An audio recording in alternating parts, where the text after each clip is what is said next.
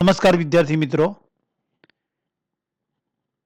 ટર્પીનોઇડનું બંધારણ નક્કી કરવાની સામાન્ય રીતનો ભાગ 1 જોયા બાદ આજે આપણે ભાગ 2માં આગળ વધીશું.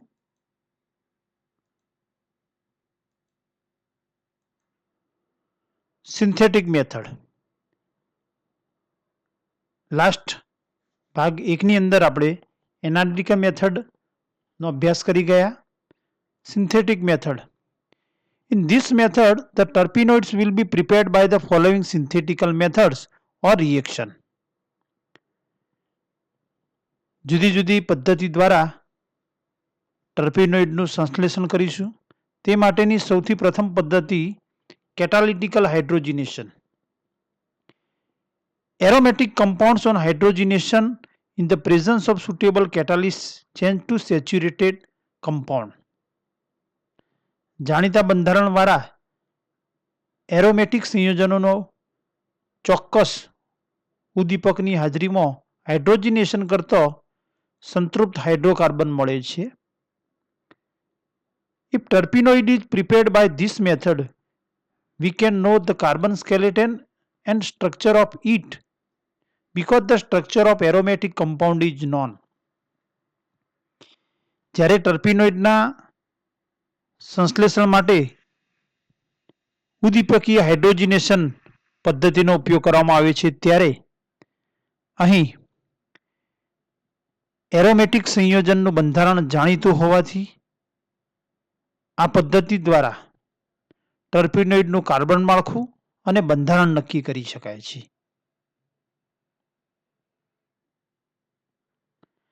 દાખલા તરીકે થાઇમોલમાંથી મેન્થોલ એ નિકલ ઉદ્દીપકની હાજરીમાં થાઇમોલનું હાઇડ્રોજનેશન કરીને મેળવવામાં આવે છે. થાઇમોલ એ જાણીતા બંધારણવાળો એરોમેટિક કમ્પાઉન્ડ છે. પરિણામે થાઇમોલના હાઇડ્રોજનેશનથી મેન્થોલ ટર્પીનોઇડ આલ્કોહોલ પ્રાપ્ત થાય છે. મેન્થોલનું બંધારણ જાણીતું હોવાથી થાઇમોલનું બંધારણ જાણીતું હોવાથી તેના ઉપરથી મેન્થોલનું બંધારણ અને કાર્બન માળખું સરળતાથી નક્કી કરી શકાય છે. આમ એરોમેટિક જાણીતા બંધારણવાળા સંયોજનોના હાઇડ્રોજનેશનથી જે ટર્પીનોઇડ સંયોજનો મેળવવામાં આવે છે તેમનું કાર્બન માળખું જાણીતા બંધારણવાળા આ એરોમેટિક સંયોજનોના આધારે નક્કી કરી શકાય છે. ગ્રિગ્નાર્ડ રિએક્શન. આલ્કાઇલ મેગ્નેશિયમ હેલાઇડ કે જેને ગ્રિગ્નાર્ડ પ્રક્રિયક તરીકે ઓળખવામાં આવે છે અને આ ગ્રિગ્નાર્ડ પ્રક્રિયા દ્વારા કાર્બોનિલ સંયોજનો સાથેની ગ્રિગ્નાર્ડ પ્રક્રિયકની પ્રક્રિયા દ્વારા આલ્કાઇલ ગ્રુપ દાખલ કરીને આલ્કોહોલ બનાવવામાં આવે છે. એટલે કે આલ્કોહોલ ધરાવતા ટર્પીનોઇડ સંયોજનોની બનાવટમાં ગ્રિગ્નાર્ડ પ્રક્રિયા ઉપયોગી છે, જેમાં આલ્કોહોલિક સમૂહ દાખલ કરી શકાય છે. પ્રાથમિક, દ્વિતીયક કે તૃતીયક આલ્કોહોલ બનાવી શકાય છે. તેમાં મોટાભાગે આલ્કાઇલ મેગ્નેશિયમ હેલાઇડ તરીકે મિથાઇલ મેગ્નેશિયમ હેલાઇડનો ઉપયોગ કરવામાં આવે છે અને તેમાં જો ફોર્માલ્ડિહાઇડ આલ્ડિહાઇડ તરીકે ફોર્માલ્ડિહાઇડ લેવામાં આવે અને આ ફોર્માલ્ડિહાઇડની ગ્રિગ્નાર્ડ પ્રક્રિયક મિથાઇલ મેગ્નેશિયમ હેલાઇડ સાથે પ્રક્રિયા કરી અને ત્યારબાદ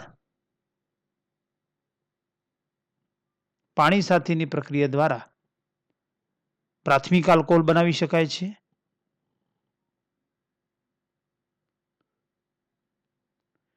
તે જ રીતે ફોર્માલ્ડિહાઇડ સિવાયના આલ્ડિહાઇડની ગ્રિગ્નાર્ડ પ્રક્રિયક અને પાણી સાથેની પ્રક્રિયા દ્વારા દ્વિતીયક આલ્કોહોલ બનાવી શકાય છે. જ્યારે કીટોન સાથેની ગ્રિગ્નાર્ડ પ્રક્રિયક અને પાણીની પ્રક્રિયા દ્વારા તૃતીયક આલ્કોહોલ બનાવી શકાય છે. આ ગ્રિગ્નાર્ડ પ્રક્રિયક એ પ્રાથમિક, દ્વિતીયક અને તૃતીયક આલ્કોહોલ બનાવવામાં ઉપયોગી છે.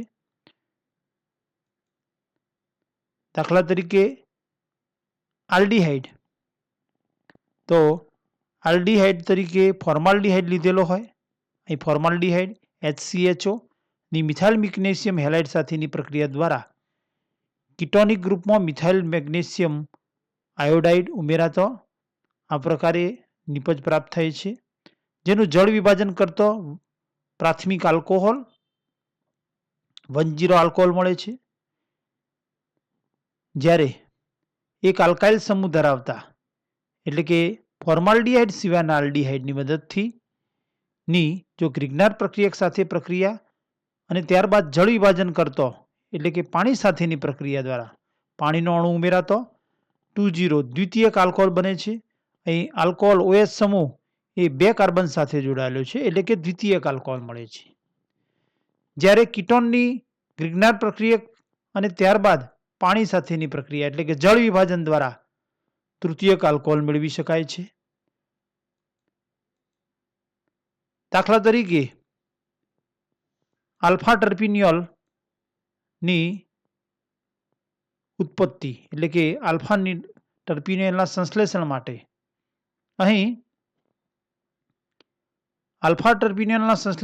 અહીં કીટોનની જ્યારે મિથાઇલ મેગ્નેશિયમ હેલાઇડ સાથેની પ્રક્રિયા અને ત્યારબાદ જળ વિભાજન કરતો તેમાં મિથાઇલ ગ્રુપ ઇન્ટ્રોડ્યુસ થાય છે અને પરિણામે કીટોનમાંથી તૃતીયક આલ્કોહોલ ટર્સરી આલ્કોહોલ આલ્ફા ટર્પિનિયોલ મળે છે. આમ કીટોનમાંથી ગ્રિગ્નાર પ્રક્રિયક મિથાઇલ મેગ્નેશિયમ હેલાઇડ અને જળ વિભાજન દ્વારા કીટોનમાંથી ટર્પિનોઇડ આલ્ફા ટર્પિનિયોલ મેળવી શકાય છે. This method is used by Perkin to prepare terpenoid to know their structure. ટર્પિનોઇડ સંયોજનોના બંધારણની જાણકારી માટે પર્કિને આ પદ્ધતિનો ઉપયોગ કર્યો હતો. રિફોર્મર્સકી પ્રક્રિયા, રિફોર્મર્સકી રિએક્શન. રિફોર્મર્સકી એક રશિયન હતો. આ પ્રક્રિયાની અંદર પણ કાર્બોનિલ સંયોજનો જેવા કે આલ્ડીહાઇડ, કીટોન કે એસ્ટરની આલ્ફા હેલો એસ્ટર સાથે ઝિંકની હાજરીમાં પ્રક્રિયા કરવામાં આવે છે ત્યારે બીટા હાઇડ્રોક્સી એસ્ટર મળે છે, જેમાં કીટો ગ્રુપની અંદર આ પ્રકારે ગ્રિગ્નાર પ્રક્રિયકની જેમ જ પ્રક્રિયા થતો બીટા હાઇડ્રોક્સી એસ્ટર મળે છે. એસ્ટરનો કાર્બનની નજીકનો કાર્બન આલ્ફા કાર્બન અને એની નજીકનો આ કાર્બન એટલે બીટા કાર્બન, બીટા હાઇડ્રોક્સી એસ્ટર મળે છે. બીટા હાઇડ્રોક્સી એસ્ટરનું મંદ એસિડ વડે જળ વિભાજન કરતો બીટા હાઇડ્રોક્સી એસિડ મળે છે, જેમાં બીટા કાર્બન ઉપર હાઇડ્રોક્સિલ ગ્રુપ અને એસ્ટરનું કાર્બોક્સિલ સમૂહમાં રૂપાંતર થાય છે, COOH સમૂહમાં રૂપાંતર થાય છે. ત્યારબાદ તેને વધુ આગળ ગરમ કરતો તેમાંથી આલ્ફા બીટા અસંતૃપ્ત એસિડ અથવા કાર્બન ડાયોક્સાઇડ દૂર થતો તેમાંથી હાઇડ્રોકાર્બન મળે છે. આમ રિફોર્મર્સકી પ્રક્રિયા એ કાર્બોનિલ સંયોજનોની આલ્ફા હેલો એસ્ટર, એની અંદર મોટાભાગે આલ્ફા બ્રોમો એસ્ટરનો ઉપયોગ કરવામાં આવે છે. ઝિંકની હાજરીમાં પ્રક્રિયાથી બીટા હાઇડ્રોક્સી એસ્ટર અને તેમાંથી જળ વિભાજન દ્વારા બીટા હાઇડ્રોક્સી એસિડ અને ગરમ કરતો આલ્ફા બીટા અનસેચ્યુરેટેડ એસિડ કે હાઇડ્રોકાર્બન મેળવી શકાય છે. દાખલા તરીકે રિફોર્મર્સકી પ્રક્રિયા દ્વારા આલ્ફા બીટા અસંતૃપ્ત આલ્ડીહાઇડ સિટ્રાલનું સંશ્લેષણ કરી શકાય છે. આ માટે કીટોન તરીકે મિથાઇલ હેપ્ટિનોન 1, 2, 3, 4, 5, 6 મિથાઇલ હેપ્ટિનોનની ઝિંકની હાજરીમાં આલ્ફા હેલો એસ્ટર સાથે પ્રક્રિયા કરતો તેમાંથી જીરેનિક એસ્ટર મળે છે અને આ જીરેનિક એસ્ટરની જીરેનિકના કેલ્શિયમ ક્ષાર સાથે અને ફોર્મિક એસિડ સાથે ડિસ્ટિલેશન કરતો તેમાંથી સિટ્રલ પ્રાપ્ત થાય છે. આમ મિથાઇલ હેપ્ટેનોનમાંથી સિટ્રલની બનાવટ માટે જીરેનિક એસ્ટરનું ઉત્પાદન કરવામાં આવે છે અને જીરેનિક એસ્ટરના પ્રિપરેશન માટે રિફોર્મસ્કી પ્રક્રિયાનો ઉપયોગ કરવામાં આવે છે. 3. Physical method. એનાલિટિકલ અને સિન્થેટિક મેથડ બાદ ફિઝિકલ મેથડનો ઉપયોગ કરી અને અનનોન ટર્પિનોઇડના બંધારણમાં તેનો શું ભાગ છે તે જોઈશું. Molecular refraction. અણુ વક્રીભવનાંક. અણુ વક્રીભવનાંક એ પ્રવાહીનો ગુણધર્મ છે. નીચે આપેલા સૂત્ર ઉપરથી પ્રવાહી ટર્પિનનો અણુ વક્રીભવનાંક ગણીશું. Rm બરાબર n² - 1 n² + 2 into m/d. જો સ્મોલ n બરાબર રિફ્રેક્ટિવ ઇન્ડેક્સ ઓફ લિક્વિડ, પ્રવાહીનો વક્રીભવનાંક.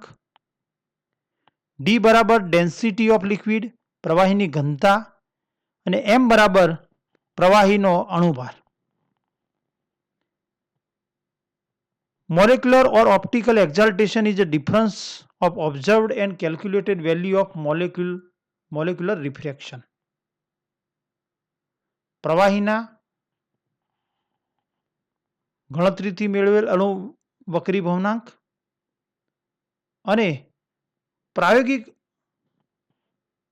મોલેક્યુલર રિફ્રેક્શન વચ્ચેનો તફાવત એને મોલેક્યુલર યા ઓપ્ટિકલ એક્ઝાલ્ટેશન તરીકે ઓળખવામાં આવે છે. અને અણુના આ ઓપ્ટિકલ એક્ઝાલ્ટેશનના આધારે કોન્જ્યુગેટ પ્રણાલી હોય તો તે હોમોએન્યુલર છે કે હિટ્રોએન્યુલર પ્રણાલી તે નક્કી કરી શકાય. જો હોમોએન્યુલર ડાઇન પ્રણાલી હોય તો તેમાં ઓપ્ટિકલ એક્ઝાલ્ટેશનનું મૂલ્ય ખૂબ જ ઓછું જોવા મળે છે. એટલે કે સૈદ્ધાંતિક અને પ્રાયોગિક રીતે મેળવેલ અણુ વક્રીભવનાંકનો તફાવત ખૂબ જ ઓછો હોય છે.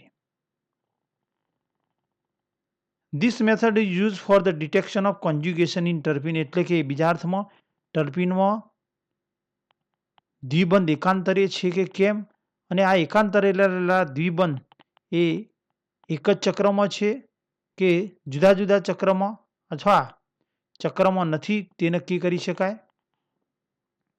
દાખલા તરીકે બીટા ફિલેનેન્ડ્રીન જેની અંદર ઓબ્ઝર્વ વેલ્યુ 46.30 અને ઉપરોક્ત સૂત્રને આધારે મેળવેલ કેલ્ક્યુલેટેડ વેલ્યુ 45.24 છે. જ્યારે જિંજીબેરિનની અંદર ઓબ્ઝર્વ વેલ્યુ રિફ્રેક્ટિવ મોલેક્યુલર રિફ્રેક્શનની પ્રાયોગિક મૂલ્ય છે 68.37 અને સૂત્રના આધારે મેળવેલ વેલ્યુ છે 68.87. એટલે કે અહીં તફાવત 0.50 જ્યારે અહીં તફાવત 1.06 જોવા મળે છે. એટલે કે જિંજીબેરિનની અંદર મોલેક્યુલર રિફ્રેક્શન પ્રાયોગિક અને સૈદ્ધાંતિક વચ્ચેનો તફાવત ખૂબ જ ઓછો છે, જે દર્શાવે છે કે તેમાં હોમોએન્યુલર ડાઇન પ્રણાલી છે. જ્યારે બીટા ફિલેનેન્ડ્રીનની અંદર ઓપ્ટિકલ એક્ઝાલ્ટેશનનું મૂલ્ય વધુ જોવા મળે છે, તફાવત વધુ છે. અને આમ ઓપ્ટિકલ એક્ઝાલ્ટેશનનું મૂલ્ય ઊંચું હોવાથી તેમાં હિટ્રોડાઇન પ્રણાલી છે, એટલે કે દ્વિબંધ એક જ ચક્રમાં નથી. જુદી જુદી સ્પેક્ટ્રોસ્કોપિક મેથડો પણ ટર્પિનોઇડનું બંધારણ નક્કી કરવા માટે ખૂબ જ ઉપયોગી છે. તેમાં પહેલી જોઈએ યુવી સ્પેક્ટ્રોસ્કોપી મેથડ. તો જે ટર્પિનોઇડનું બંધારણ નક્કી કરવું છે તે ટર્પિનોઇડનું યુવી સ્પેક્ટ્રા લેવામાં આવે તો તેમાં મળતા પીક લેમ્ડા મેક્સને આધારે તેમાં કોન્જ્યુગેશન છે એટલે કે દ્વિબંધ એકાંતરે છે કે એકાંતરે નથી, એટલે કે કોન્જ્યુગેશન છે કે આઇસોલેટેડ ડબલ બોન્ડ છે તે નક્કી કરી શકાય છે. જો પ્રણાલીમાં દ્વિબંધ કોન્જ્યુગેટ હોય અને સિમ્પલ એસાયક્લિક ડાયન હોય, એટલે કે ઓપન ચેન કમ્પાઉન્ડ હોય અને તેની અંદર જો દ્વિબંધ હોય તો લેમ્ડા મેક્સની વેલ્યુ 217 થી 228 નેનોમીટરની વચ્ચે જોવા મળે છે. જો દ્વિબંધ ચક્રમાં હોય અને તે એકાંતરે જુદા જુદા ચક્રમાં હોય, એટલે કે હિટ્રોડાયન પ્રણાલી એન્યુલર ડાયન પ્રણાલી હોય તો લેમ્ડા મેક્સની વેલ્યુ 230 થી 240 નેનોમીટરની જોવા મળે છે. દ્વિબંધ એકાંતરે હોય પરંતુ એક જ ચક્રમાં હોય તો તેવી હોમો એન્યુલર ડાયન પ્રણાલીની અંદર લેમ્ડા મેક્સની વેલ્યુ 256 થી 265 નેનોમીટરે જોવા મળે છે. જ્યારે આલ્ફા બીટા અસંતૃપ્ત કાર્બોનિલ સંયોજનોની અંદર 220 થી 250 નેનોમીટરે અને 315 થી 330 નેનોમીટરે વીક બેન્ડ જોવા મળે છે. જ્યારે દ્વિબંધ એકાંતરે ના હોય, આઇસોલેટેડ ડબલ બોન્ડ હોય, ત્યારે લેમ્ડા મેક્સ 175 થી 200 નેનોમીટરની વચ્ચે હોય છે. જ્યારે આલ્ફા બીટા અસંતૃપ્ત એસિડ, એસ્ટર કે ઇલેક્ટ્રોનની અંદર લેમ્ડા મેક્સ 220 નેનોમીટર હોય છે. આમ જો ટર્પીનોઇડ સંયોજનોના યુવી સ્પેક્ટ્રાની અંદર લેમ્ડા મેક્સની જે વેલ્યુ મળે છે એ લેમ્ડા મેક્સની વેલ્યુ ટેબલમાં દર્શાવેલ વેલ્યુ સાથે સરખાવતા તેના આધારે તેમાં દ્વિબંધ કોન્જ્યુગેટ સ્થિતિમાં હશે કે આઇસોલેટેડ ડબલ બોન્ડ હશે, આલ્ફા બીટા અસંતૃપ્ત કાર્બોનિલ હશે કે આલ્ફા બીટા અસંતૃપ્ત એસિડ, એસ્ટર, ઇલેક્ટ્રોનની હાજરી હશે તે નક્કી કરી શકાય છે. IR spectroscopy, infrared spectroscopy. આ પદ્ધતિની મદદથી જો ટર્પીનોઇડ સંયોજનમાં ફક્ત કાર્બન અને હાઇડ્રોજન તત્વો હોય તો તેમાં ફક્ત દ્વિબંધ ચક્રીય રચના હશે. કોઈપણ પ્રકારના ઓક્સિજન પરમાણુ ધરાવતા ક્રિયાશીલ સમૂહ હાજર ન હોય. પરંતુ જો ઓક્સિજન પરમાણુ ધરાવતા ક્રિયાશીલ સમૂહ હાજર હોય તો તેમાં હાઇડ્રોક્સિલ અને ઓક્ઝો ગ્રુપ, કાર્બોનિલ ગ્રુપની હાજરી IR સ્પેક્ટ્રોસ્કોપી દ્વારા નક્કી કરી શકાય છે.